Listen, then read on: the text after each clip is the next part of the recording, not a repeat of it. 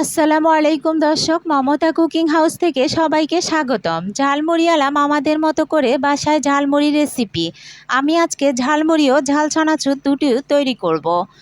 এই ঝালমুড়ি মশলাটা আপনি ফ্রিজে রেখে 1 মাস পর্যন্ত খেতে পারেন। শুধু খাওয়ার আগে একটু গরম করে নিতে হবে। আপনি চাইলে 8-10 দিন পরেও একবার গরম করে রেখে দিতে পারেন।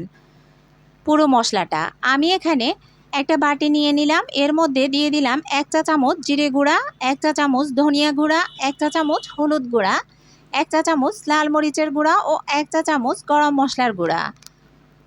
এবার একটু পানি অ্যাড করে এটাকে ভালো করে মিশিয়ে নেব। এই মশলাটা আপনি আগে থেকে তৈরি করে রাখলে আপনার জন্য সুবিধা হবে।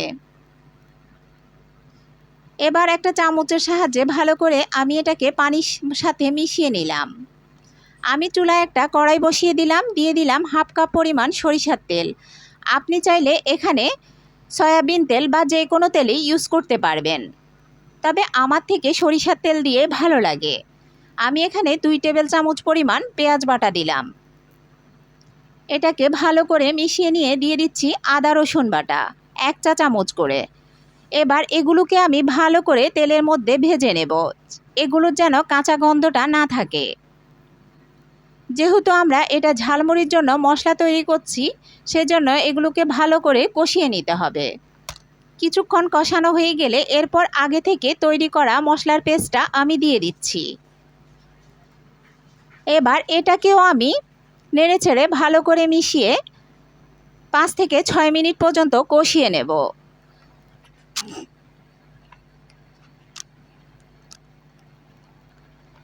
5 থেকে 6 মিনিট ভালো করে এটাকে কষিয়ে নিতে হবে।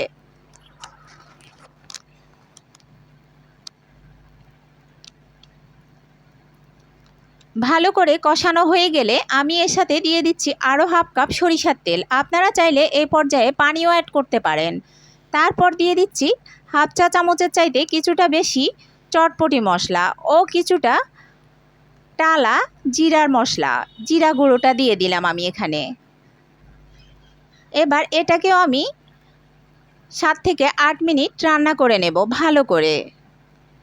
রেডি হয়ে গেল আমার এই মশলাটা, ঝালমুড়ির মশলাটা। দেখুন এটার ঘনত্বটা, কালারটাও কতটা সুন্দর।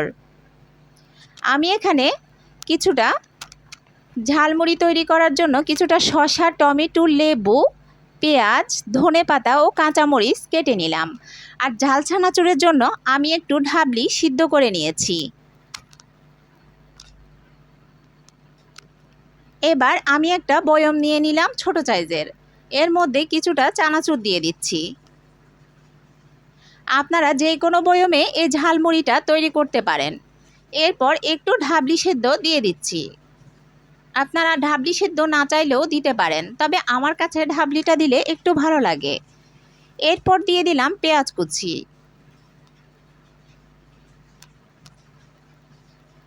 এরপর ধনেপাতা কুচি দিয়ে দিলাম। এরপর একটু টমেটো দিয়ে দিলাম ও শসাও দিয়ে দিলাম।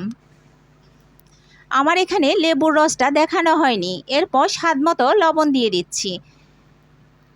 আমি এখানে লেবুর রস অ্যাড করেছিলাম, সেটা কোনো কারণে কেটে গেছে। এরপর ঝালমুড়ি মশলাটা দিয়ে দিলাম। এবার ঢাকনাটা বন্ধ করে শুধু ভালো করে জাকিয়ে নেবেন, তাহলেই রেডি আপনার ঝাল চানাচুর। হয়ে গেল ঝাল চানাচুরটা। সেই স্বাদ ঝালমুড়িওয়ালা মামাদের মতো একই স্বাদ পাবেন। আর সরিষার তেলের ঝাঁঝ খেতে অনেক মজার।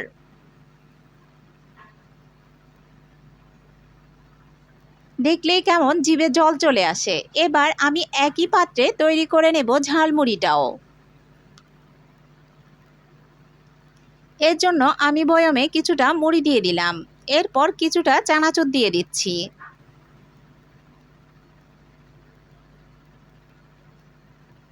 এরপর দিয়ে দিচ্ছি পেঁয়াজ কুচি। এরপর দিয়ে দিচ্ছি কাঁচামরিচ কুচি। এরপর দিয়ে দিচ্ছি টমেটো কুচি। আপনারা চাইলে আপনাদের পছন্দ অনুযায়ী যে কোনো কিছু দিয়ে এটা তৈরি করতে পারেন। এরপর দিয়ে দিলাম শসা। এরপর দিয়ে দিচ্ছি ধনিয়া পাতা কুচি।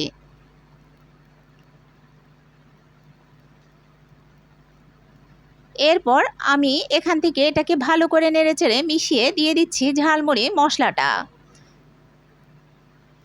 এরপর লেবুর রসটা দিয়ে দিলাম। এরপর দিয়ে দিচ্ছি স্বাদমতো লবণ। আমরা যেহেতু মশলায় লবণটা দেই নাই, তাহলে অবশ্যই এখানে লবণটা খেয়াল করে দিবেন, তা না হলে খেতে ভালো লাগবে না। এবার ভালো করে ঝাঁকিয়ে নিলে হয়ে যাবে আপনার ঝালমুড়িটাও। তৈরি হয়ে গেল ঝালমুড়িটাও। দেখুন আমি ঝালমুড়িওয়ালা মামাদের মতো করে চেষ্টা করলাম এটা তৈরি করার জন্য, জানি না কেমন হয়েছে।